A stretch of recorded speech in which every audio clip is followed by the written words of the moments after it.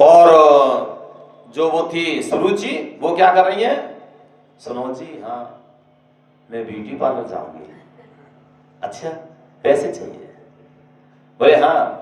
फिर दूसरे दिन कहते, बोले मैं पिकनिक में नहीं चल रहे, पिकनिक मनाने जाऊंगी। तो आजकल की तो ऐसे होते ना, अब पहले तो सुविधा वही मांग लेते थे। तो भैया जब उन्होंने, जय हो, बहुत बढ़िया, जय हो, बैठिए बोले जी, बहुत अच्छे हैं ये, अलीगढ़ में इनकी ससुराल है, हाँ, और खुर्जा में रह रहे हैं। इन्हें मालूम हुआ कि ब्यास जी आए हुए हैं, तो देखो है ना, कथा का सम्मान करने के लिए आए हुए, पधारे हैं, बहुत बढ़िया। तो वहां सुनीति, अच्छी नीति से काम करने वाली सुरुचि, जो अपनी रुचि से काम करने वाले, धीरे धीरे क्या हुआ, सुरुचि ने है ना, और उनके एक संतान हो गई। कैसे हुई थी कि जो सुनीति थी वो सत्संग में जाया करे, कुछ महात्मा संत आ गए, उन्होंने बड़े भाव से महात्मा संतों की सेवा करी।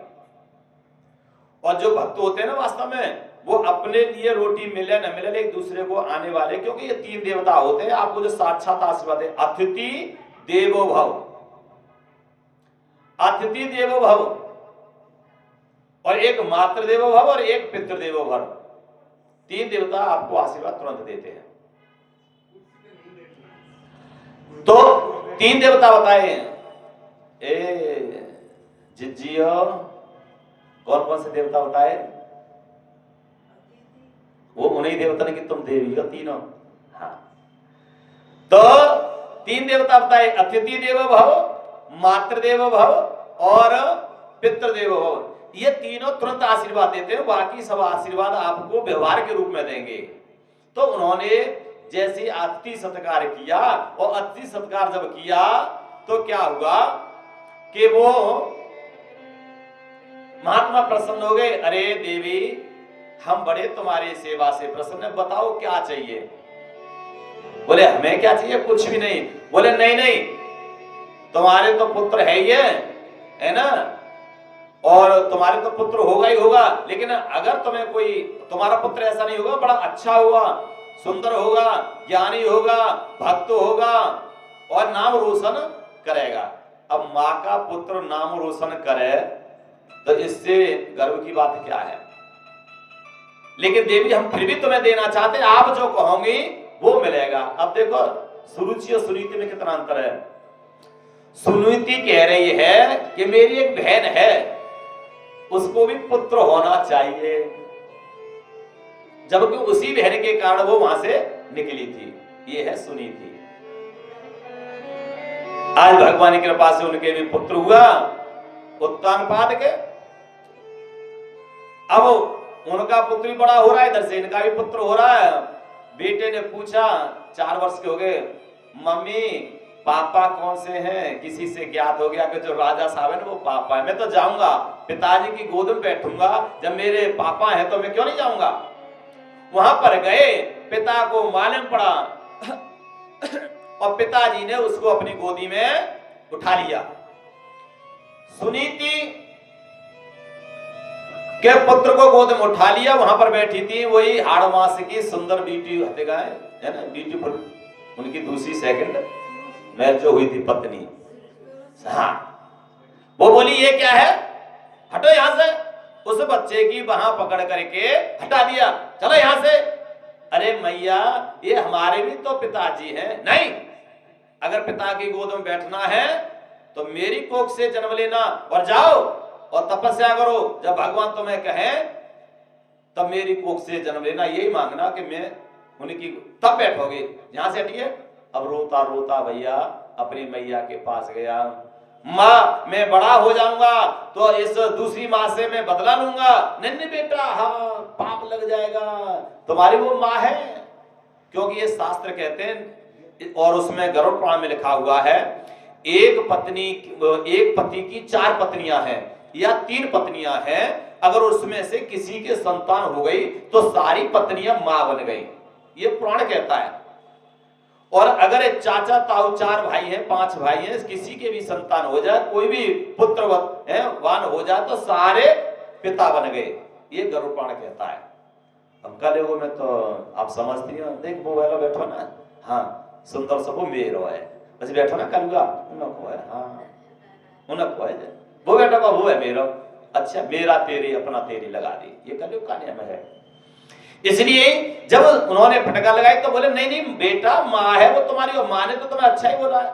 अरे माँ ने बोला है भगवान को प्रसन्न करो, तपस्या करो, और माँ और भगवान की ये तो वैसे पिता है, और तुम्हारे असली पिता तो परम पिता है ना, वो उनकी गोद में बैठने के लिए कहा, तो कितनी अच्छी बात बताई है, ऐसे नहीं बोलते चलो है ना। हाँ और तुम अभी चाहो तो जा सकते हो भगवान की तपस्या करने के लिए जब तुम्हारी इच्छा हो, लेकिन उन्होंने सही बोला है, वो तुम्हारी माँ है, ये अच्छी शिक्षा दी है। बच्चे को माँ बिगाड़ भी लेती है, बच्चे को माँ सुधार भी लेती है। अगर कॉन्वेंट स्कूल से अगर पेंसिल ले आया बच्चा तो वापस भी माँ करा सकती है, बेटे गलत बात। और एक माँ वो भी होती है, रख लो काम में आएगी, मत देना बच्चे को, ये भी बुरी बात। क्योंकि माँ कौन होती है? प्रथम गुरु है ना, उसके बाद सेकंड गुरु। गुरु बहुत होते हैं, एक आध्यात्म में गुरु होता है। अब उन्होंने क्या किया, रात में माँ को प्रणाम करके तपस्या करने के लिए चले गए, क्योंकि माँ ने ऐसी शिक्षा दी थी, बेटा तू जहां जाएगा ना तेरे साथ में परमपिता परमात्मा हर वक्त है। शेर में भी भगवान है, और गधे में भी भगवान है, तुझ में भी भगवान है, सब में भगवान है, पेड़ पौधों में कण कण में भगवान का वास है। तो हर जगह जब भगवान है तो तेरी रक्षा कौन करेगा? भगवान। उठ करके चले गए, तपस्या करी, और जब तपस्या करी तो जंगल में तपस्या कर रहे थे तो नारद जी मिल गए। उन्होंने मना किया, तुम्हें शेर खा जाएंगे। अरे शेर नहीं खाएंगे, मम्मी कहती है कि शेर में भगवान होते हैं, क्यों खाएगा भगवान? बेटा तुम रात को सो जाओगे, सांप तुम्हें फुसकार मार देगा, डस लेगा। नहीं नहीं मम्मी कहती है सांप में भी भगवान होते हैं, क्यों खाएंगे वो? बोले ये तो बड़ा हठीला है, ऐसा अगर शिष्य मुझे मिल जाए तो नारद जी बड़े खुश हो गए। अगर ऐसा शिष्य मुझे मिल जाए तो मैं इसका गुरु बनने के लिए, बोले बेटा मैं तुम्हें अपना शिष्य बनाता हूं। तो उन्होंने है ना मंत्र दे दिया, इस मंत्र का जाप करो, है ना। और जैसे मंत्र का जाप किया तो पहले तो बड़े भाव से जाप किया, फिर एक पैर पे खड़े होकर के जाप किया। धीरे धीरे क्या हुआ, जब एक पैर पे खड़े होकर के जाप किया, फिर धीरे धीरे भगवान का सिंहासन हिलने लगा। फिर पानी पी करके जाप किया। 1 महीना निकल गया। अब 1 महीने के बाद में अखंड भजन चल रहा है। और मंत्र कौन सा है? वो मंत्र आप भी रख सकते हैं, छोटा सा मंत्र, श्री कृष्ण गोविंद हरे मुरारी, हे नाथ नारायण वासुदेवा।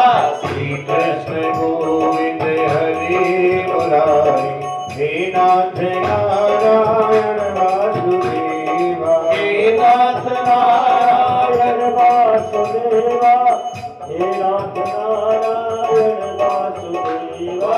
हे नाथ नारायण वासुदेवा, हे नाथ नारायण वासुदेवा। श्री कृष्ण गोविंद हरे मुरारी, हे नाथ नारायण वासुदेवा। श्री कृष्ण गोविंद हरे मुरारी, हे नाथ नारायण वासुदेवा। बोले गोविंद भगवान की। अब जैसे उन्होंने देखा भगवान परीक्षा लेते हैं, भगवान ने आंधी चला दी, बरसात कर दी, बरसात कर दी, अंधेरा कर दिया, बिजली कड़कने लगी। लेकिन प्रहलाद जी भी भक्त थे और ये ध्रुव भी भक्त हैं। इन्होंने क्या किया कि वही बात मैया की ध्यान आ गई, और मैया की बात ध्यान आ गई। बोले मैं क्यों घबराऊं, मैं क्यों डरूं, हर जगह भगवान है तो मेरी तो रक्षा कौन करेगा? और फिर उसमें लगे और मन ही मन में कह रहे हैं, क्यों घबराऊं मैं, मेरा तो श्याम से नाता है। क्यों घबराऊं मैं, मेरा तो श्याम से नाता है। क्यों घबराऊं मैं, आप भी घबराइए मत, बोलते रहिए, से नाता सबको मिलेंगे भगवान। मेरे जीवन की गाड़ी, मेरे जीवन की गाड़ी, ओ मेरे जीवन की गाड़ी श्याम चलाता है। क्यों घबराऊं मैं, मेरा तो श्याम से नाता है। क्यों घबराऊं मैं, मेरा तो श्याम से नाता है।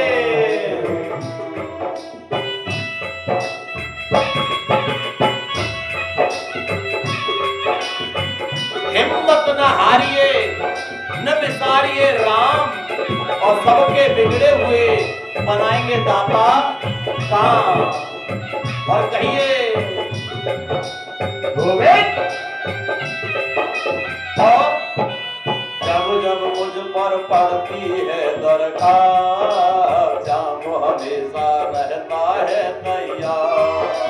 जब जब मुझ पर पड़ती है दरकार, श्याम हमेशा रहता है तैयार। ओ जब जब मुझ पर पड़ती है दरकार, श्याम हमेशा रहता है तैयार। जब जब मुझ पर पड़ती है दरकार, श्याम हमेशा रहता है तैयार। श्याम ने मुझ पर किए बहुत उपकार, श्याम ही मेरे जीवन का आधार। श्याम ने मुझ पर किए बहुत उपकार, श्याम ही मेरे जीवन का आधार। अच्छा ये बताओ जितियो, श्याम ने कौन सा उपकार किया है तुम पर? अगर हम बताने पाएंगे तो लाखों के ना देंगे, लेकिन आप दो ही उपकार बता दो। अच्छा ये सबसे पहला उपकार नहीं, ये तो हजारे नंबर पे आता है। सबसे पहला उपकार है आपको इंसान बना दिया, और दूसरा उपकार आपको स्वस्थ बना दिया, और तीसरा उपकार आपको इस लायक बना दिया कि दे सकते हैं, और चौथा उपकार आप भूल सकते हैं। ऐसे अनेक उपकार हैं, तो कहिए ओ श्याम ने मुझ पर किए बहुत उपकार, श्याम ही मेरे जीवन का आधार। श्याम ने मुझ पर किए बहुत उपकार, श्याम ही मेरे जीवन का आधार। हरदम ये मुझ पर अपना, हरदम ये मुझ पर अपना प्यार लुटाता है। क्यों घबराऊं मैं, मेरा तो श्याम से नाता है। क्यों घबराऊं मैं, मेरा तो श्याम से नाता है। बोलते रहो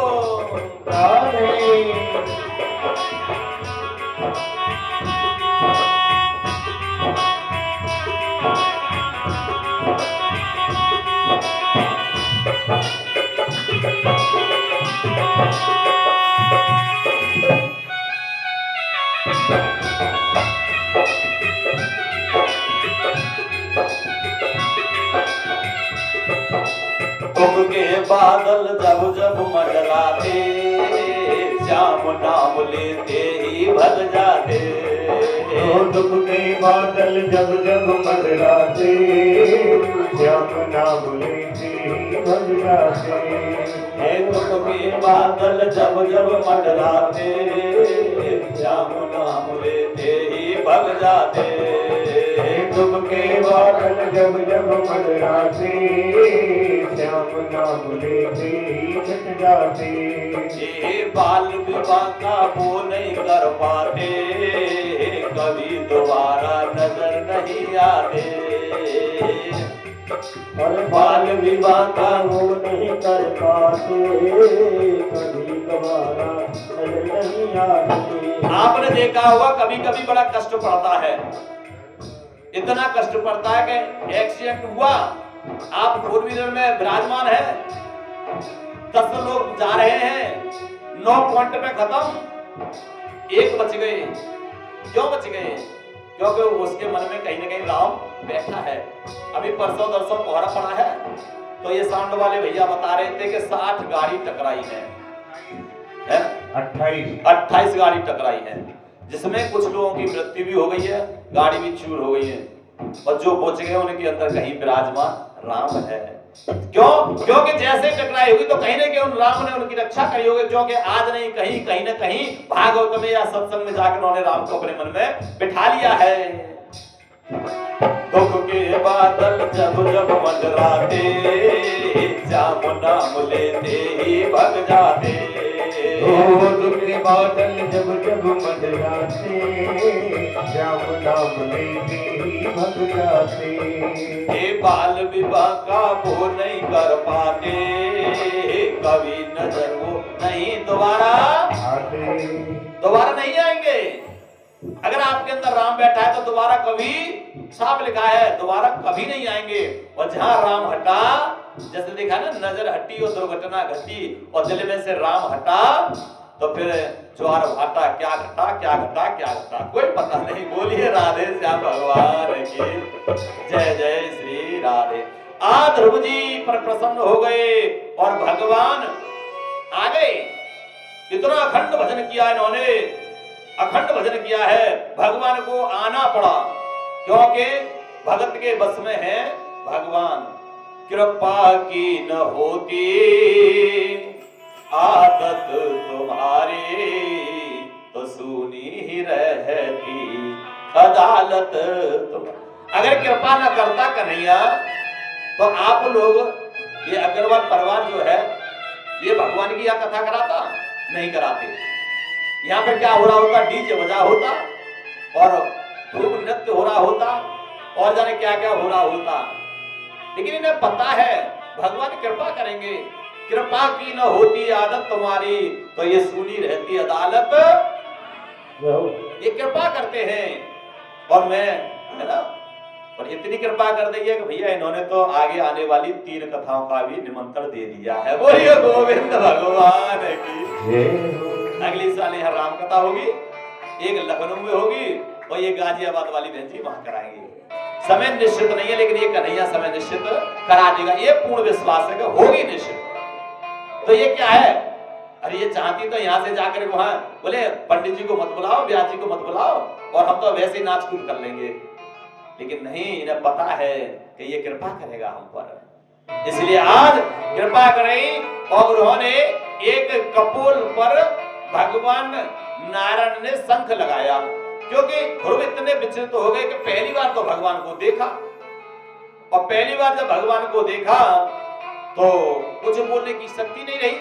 क्या बोले, स्वागत करें, पैर छुए, क्या करें। भगवान मुस्कुराए गए, भक्त है, सीधा है, सच्चा है, और सीधे का सदा भला। जो ज्यादा तेज बनते हैं ना, भगवान उसके पास नहीं आते, सीधे के पास आते हैं। इसलिए, और देखो ऐसे सीधे के पास आते, मैं बताऊं कि एक बार वृंदावन में कथा चल रही थी महात्मा की,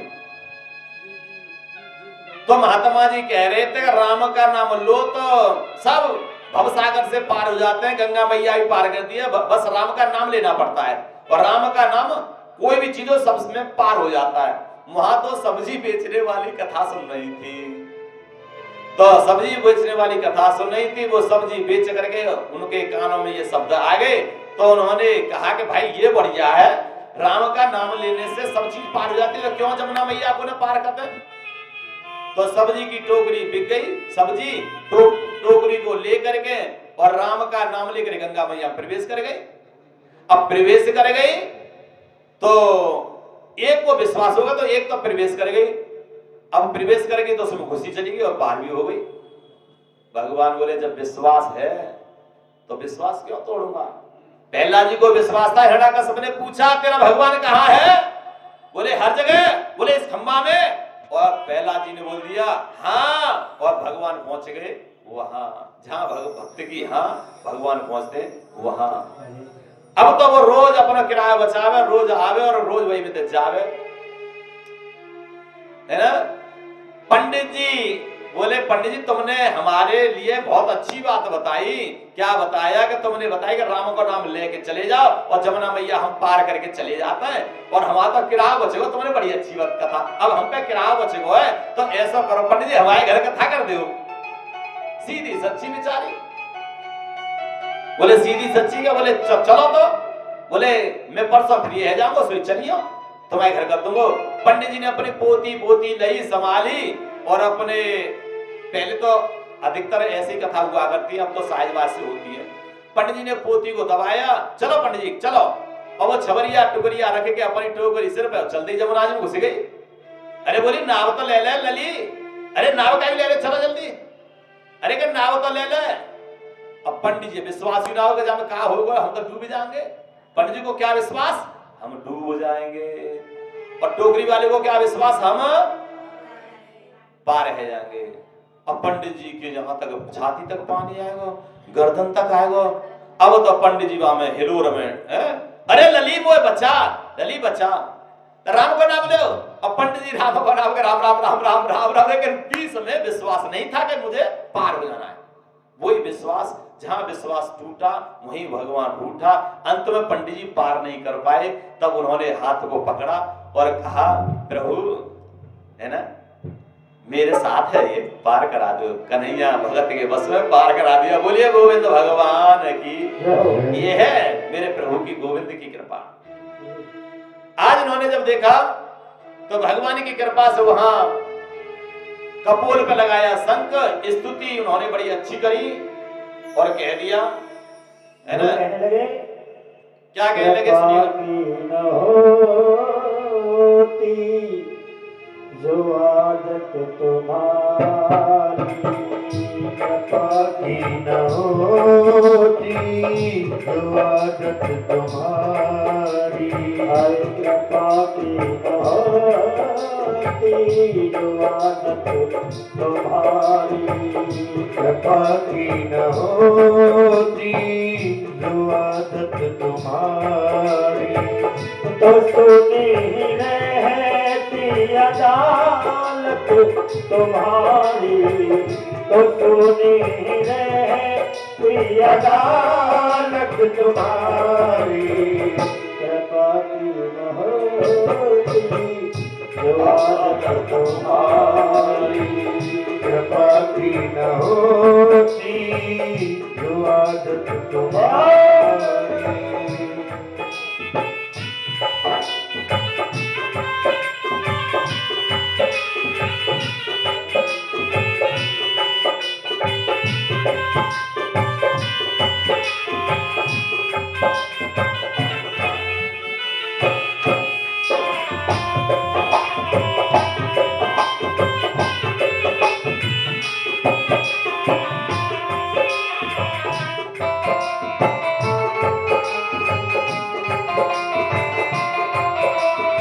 और भक्त कहने लगे प्रभु हे दीपक दीना सुनो। अरे गरीबों के दिल में जगह तुम न पाते, गरीबों के दिल में जगह तुम न पाते, गरीबों के दिल में जगह तुम न पाते, गरीबों के दिल में जगह तुम न पाते। तो किस दिल में होती इबादत तुम्हारी, तो किस दिल में होती इबादत तुम्हारी, तो सुनी रहती अदालत तुम्हारी कृपा की न होती, जो आदत तुम्हारी कृपा की न होती, जो आदत तुम्हारी।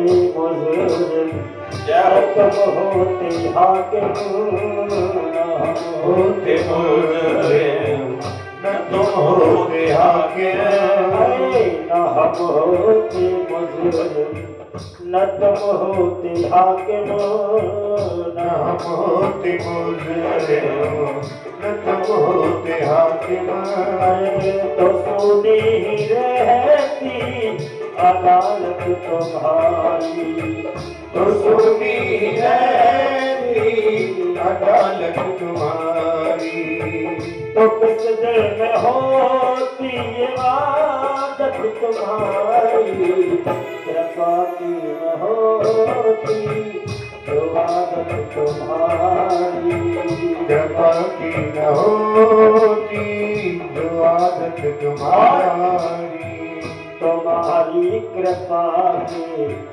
ग्रह बिंदु है ये तुम्हारी कृपा के ग्रह बिंदु है तुम्हारी कृपा के ग्रह बिंदु है ये तुम्हारी कृपा के ग्रह बिंदु है ये तुम्हें सौंपते हैं अमानत तुम्हारी तुम्हें सौंपते हैं अमानत तुम्हारी तो सुनी रहती अदालत तुम्हारी कृपा की न होती जो आदत तुम्हारी कृपा की न होती जो आदत तुम्हारी।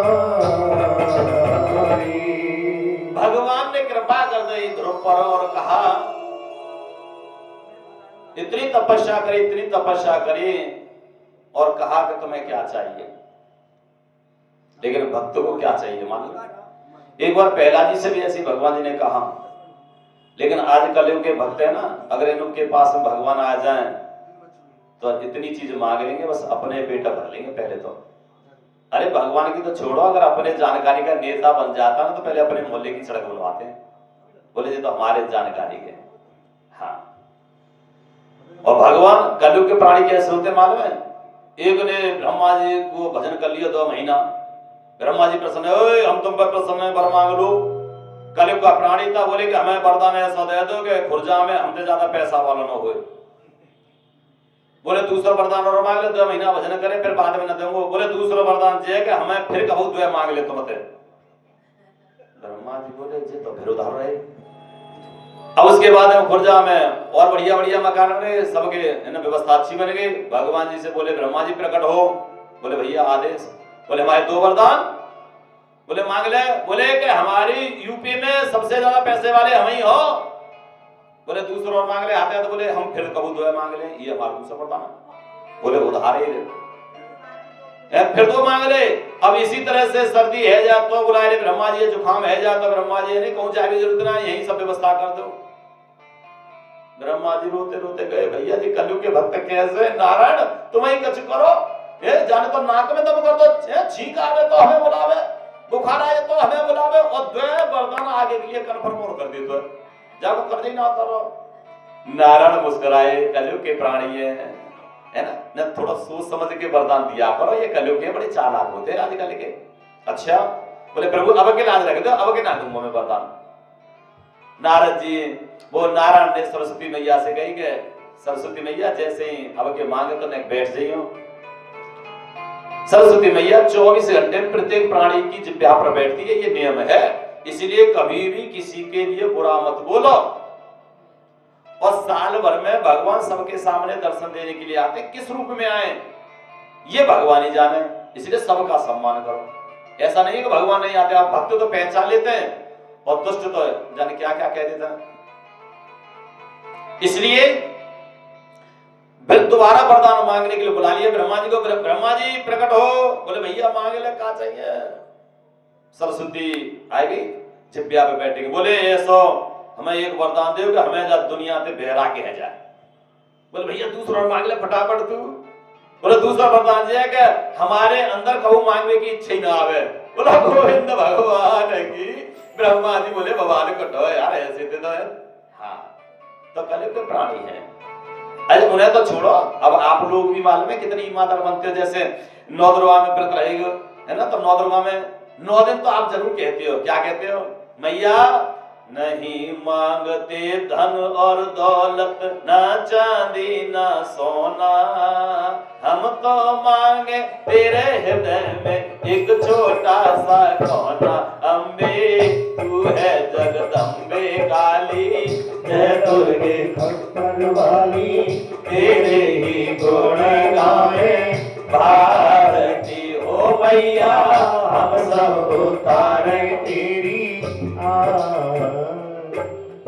अब जब 9 दिन ही मार रहते हैं, अब फिर रोज होते आरती घर में, और फिर क्या कहेंगे, जो ध्यावे फल पावे, दुख बिन सेवन का, स्वामी दुख बिन सेवन का, सुख संपत्ति घर आवे, सुख संपत्ति घर आवे। और कुछ चिट्ठी तो ऐसी होते हैं, सुख संपत्ति का कभी धन दौलत घर आवे, कष्ट मिटे तन का, ओम जय जगत। हाँ, ऐसे होता है। लेकिन भगवान से मांगने पर अपमान होता है, ये ध्यान रखिए। भगवान की इच्छा है प्रभु जैसे आप चाहो वैसे रखो, क्योंकि हमारी इतनी ही सामर्थ्य, इतनी हमारे पास पावर है कि हम कितना मांग लेंगे, 1 लाख 2 लाख 1 करोड़ 2 करोड़ 10 करोड़ 10 फ्लैट 10 गाड़ी, इतना मांग लेंगे, एरोप्लेन मांग लेंगे, इससे ज्यादा नहीं मांग पाएंगे हम। और भगवान अगर प्रसन्न हो गया तो इतना दे देगा कि आप पर कंप्यूटर भी गिनते गिनते आ जाएगा, इतना पैसा होगा। तो भगवान से कहो, हे प्रभु हमारे अंदर मांगने की इच्छा खत्म हो जाए, और जो तेरी इच्छा वो कर, है, हम तो तेरे वाले, मेरी गाड़ी तू जाना, तेरा काम जाना, तब दे, है। हाँ, मांगो, मांगना है तो भगवान को मांगो, भगवान से मत मांगो। इसलिए आज उन्होंने जब देखा, बोले प्रभु मुझे क्या चाहिए, कुछ नहीं चाहिए। फिर भगवान ने सब कुछ दे दिया। बोले जाओ, तुम्हारी माँ रोते रोते परेशान है, उनको भी दे दिया। बोले क्या, मेरी माँ तो 2 है, क्योंकि बुद्धि हो गई ना ठीक ध्रुव जी की। बोले दूसरी माँ है ना, उसके अंदर प्रेम उमड़ आवे मेरे प्रति, तो उसने भी गले लगाया, उसने भी गले मंगाया। और जब मृत्यु हुई ध्रुव जी की, तो है ना, फिर तो आप समझते ही हो, पैर मृत्यु के सिर पर रख के गए थे, है ना। हाँ, बोले हम आए, कौन हो तो? बोले हम मृत्यु। बोले पहले हमारा सामना करना पड़ता, पहले हमारे से गुजरना पड़ता, जब जाता है यहां से वहां। बोले ठीक है, हम तुमसे ही सामना करेंगे, पहले सिर नीचे करो। सिर नीचे करे तो पैर रखे ऊपर चले, जब तक वो मृत्यु ने सिर हटाया, जब तक वो ऊपर पहुंच गए। जय जय श्री, सीधे स्वर्ग की प्राप्ति हुई है। ऐसे हैं भक्त जो भगवान को चाहने वाले हैं, है ना। हाँ, इसलिए हम सब लोग भी अपने परम पिता से पूजा करते हैं ना, अपने पति को भी मान करके पूजा करो। पति भी 2 होते हैं माता बहनों के, आप समझती है ना, 2। एक पति तो वो होता है जो आपकी व्यवस्था करता है, आप उनकी व्यवस्था करते हो। एक पति होता है, आप लोग कहते हो आरती में कहते, तुम हो एक अगोचर सबके प्राण पति, है ना। तो प्राणों का पति तो वही है मेरा कन्हैया गोविंद। मीराबाई ने जब तो कहा था, है ना, मेरा तो गिरधर गोपाल। तो भक्त बनो, भक्त मत बनो। आज जब उन्होंने कहा कि प्रभु आपने बहुत अच्छी बात बताई, ये तो उनकी बात बता दी आपने, एक पुत्र के दूसरे पुत्र का क्या हुआ।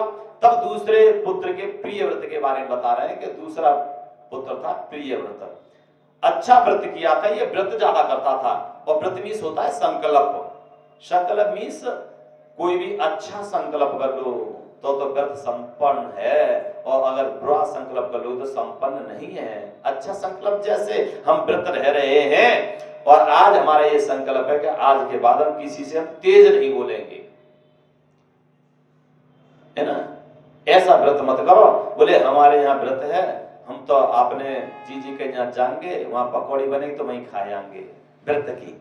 हाँ, ऐसा नहीं संकल्प होना चाहिए। व्रत में किसी घर का नहीं खाना चाहिए, चाहे कितना भी खास हो। अब यहाँ तक है कि अपने हाथ से ही पानी लो, नल का पानी अपने हाथ से लो। तो उन्होंने व्रत किया कि उन्होंने सूर्य भगवान की पूजा कर ली प्रिय व्रत में, और सूर्य भगवान प्रसन्न हो गए। और प्रसन्न हो गए तो उन्होंने एक रथ दे दिया। जैसे सूर्य भगवान के पास 7 घोड़ों का रथ है ना, तो उन्होंने भी एक रथ दे दिया कि इस रथ को ले जाओ, जहां ये रथ जाएगा वहां पृथ्वी पर उजाला ही हो जाएगा। रथ को लेकर के अब पृथ्वी लोग के चक्कर लगावे। बोले मैं इससे कहीं अंधेरा ही नहीं छोड़ूंगा, वहां जहां रथ जाए वहां उजाला ही उजाला हो जाए। अब तो उजाला उजाला हो जाए। अब से उसने ऐसा संकल्प कर लिया कि भैया बहुत तपस्या करी और तपस्या बढ़ाई। बोले मैं पृथ्वी पर अंधेरा ही नहीं करूंगा। नारद जी आए, नारद जी ने समझाया भैया तू विधाता के लेख में है ना गड़बड़ मत कर, अपने मन का काम हो वो कर ले, लेकिन ऐसी कोई संकल्प मत कर। अरे जो पृथ्वी बनी है, ब्रह्मांड बने हैं, उसमें तुम कैसे फेरबदल कर सकते हो? दिन और रात तो होंगे, अब तुम उजाला ही कर दोगे तो आदमी कैसे जिंदा रहेगा?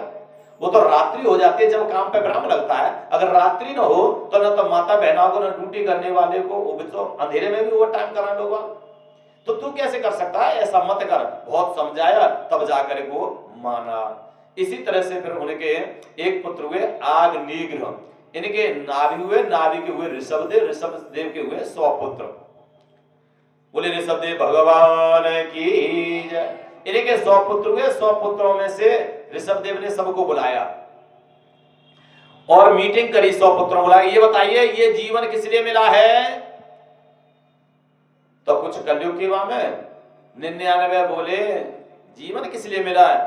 अरे हम राजा के पुत्र हैं, खाओ पियो ऐसो आराम करो मौज उड़ाओ, इसलिए जीवन बना है। बोले मूर्ख हो, तुम्हारी तो इतनी समझ में। एक जो है बोले प्रभु ऐसा है कि ये जन्म जो है हमें इसलिए मिला है कि भगवान की प्राप्ति के लिए और भगवान से मिलने के लिए मिला है। ये जन्म किस लिए मिला है? भगवान की प्राप्ति के लिए। खाने पीने मकान दुकान बढ़ाने के लिए नहीं मिला है। ये तो सब यही रह जाएंगे। बताओ कोई मकान लेके गया, एक ईंट नहीं ले जा सकता। कफन में जेब नहीं होती, अगर जेब होती तो कुछ 10-20 रुपया रख देते। जेब भी नहीं होती है कफन में, जो जेब होते हैं सो भी खाली कर दी जाती है। धागा भी नहीं जाता है संग में, कोई लौंग इत्यादि पहना वो भी हटा दी जाती है। देखो तो सही है ना। एक आदमी मरने वाला था, उनके पुत्र बड़ी सेवा करते थे, मर गया तो वो अपने बेटों से कह गया था कि मैं जब मरूं तो मुझे ऐसा करना बेटा, है ना, कफन में तो जाऊंगा ही जाऊंगा, लेकिन मुझे 2 सॉक्स पहना देना। 2 सॉक्स, हाँ। तो सॉक्स जैसे पहनाने के वाले थे तो एक उनके खानदानी चचा ताऊ लगते थे, उन्होंने आकर एक चिट्ठी दी, है ना, बेटा इस चिट्ठी को पढ़ लो। जैसे वो सॉक्स पहना रहे थे सब लोग बोले कि नहीं भाई कफन के अलावा ये कोई कपड़ा नहीं पहनेंगे। किसी ने नहीं पहनने दिया। वो कह रहे थे हमारे पिताजी कह गए, तो उन्होंने एक चिट्ठी दी, पढ़ लो।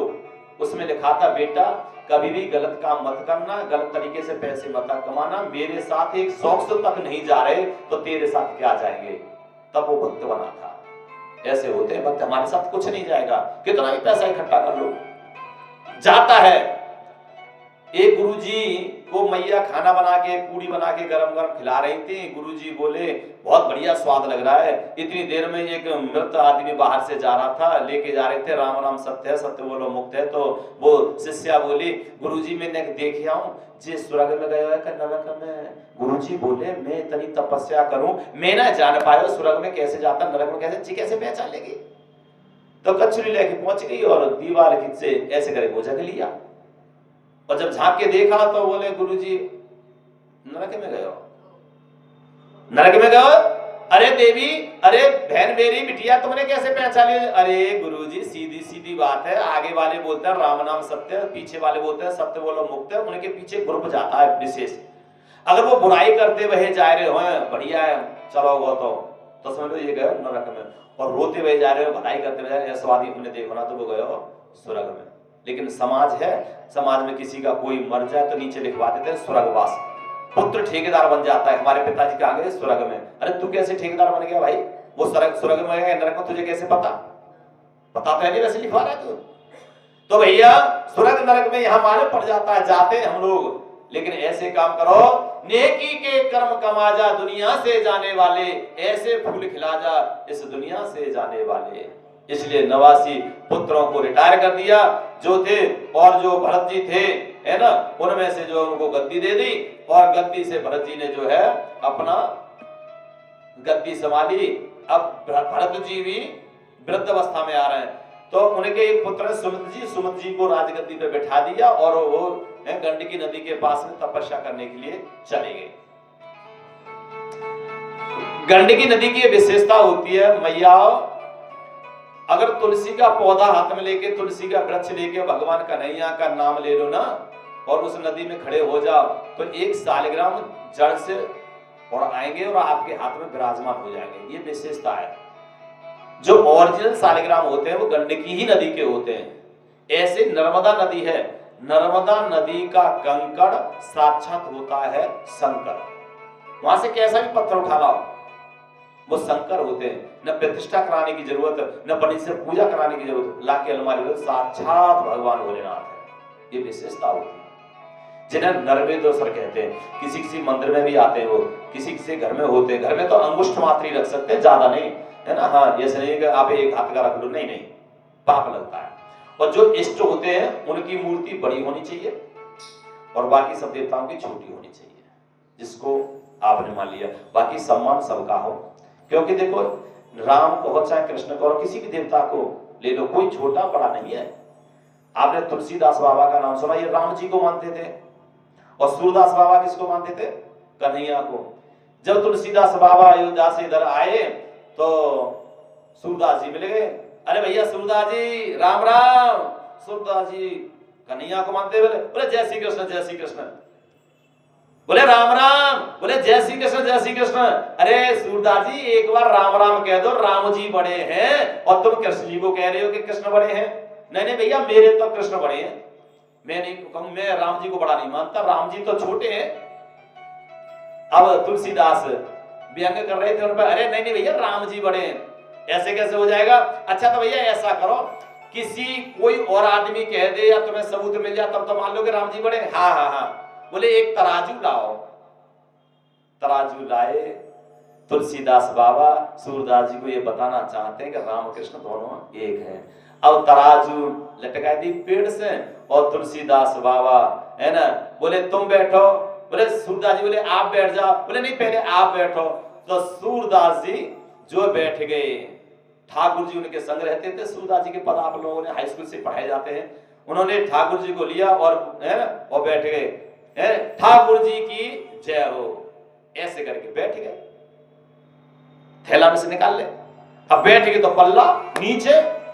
बोले अब तुम बैठो, तुम बैठो। सूरदास बाबा तो बैठ गए। तुलसीदास बाबा बोले जय सीताराम की। अब तुलसीदास बाबा जैसे बैठे सूरदास ऊपर लटक गए।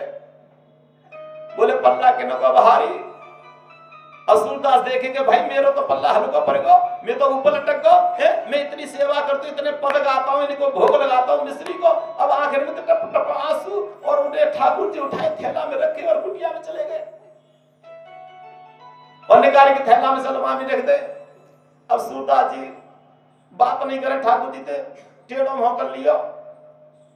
लाला के रूप में रोज आया करते थे। जब पद सुनाते थे ना सूरदास जी तो रोज आते थे इनके पास में और कहते बाबा आज सुनाओगे नहीं कुछ? हाँ सुनाऊंगा।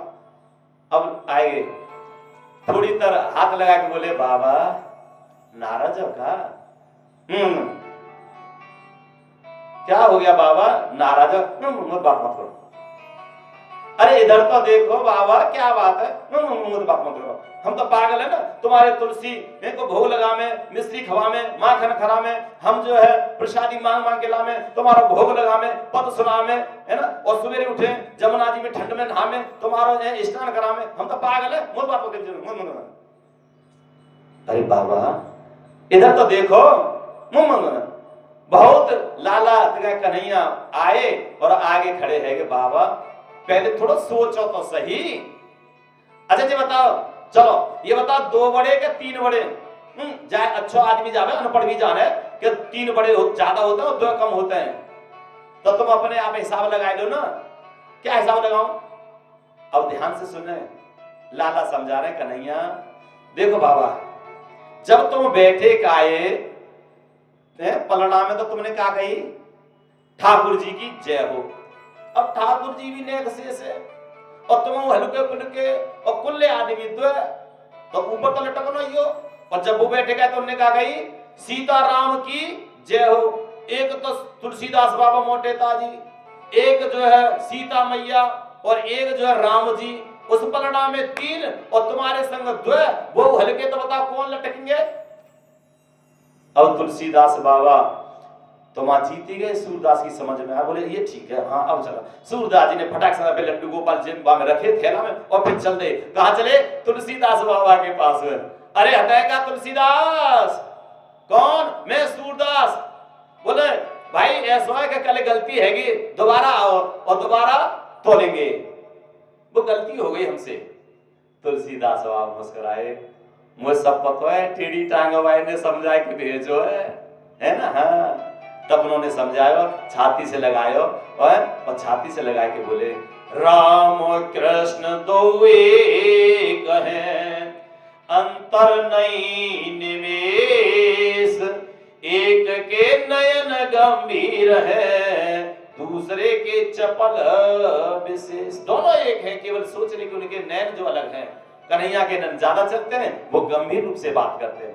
तो राम कृष्ण 2 एक है, अंत में किसी भी देवता को मान लीजिए। बोले गोविंद भगवान की। तो इन्होंने भरत जी को राजगद्दी मिल गई, अपने सुमित्र को दे करके राजगद्दी, और तपस्या करने के लिए चले गए। और तपस्या कर रहे हैं।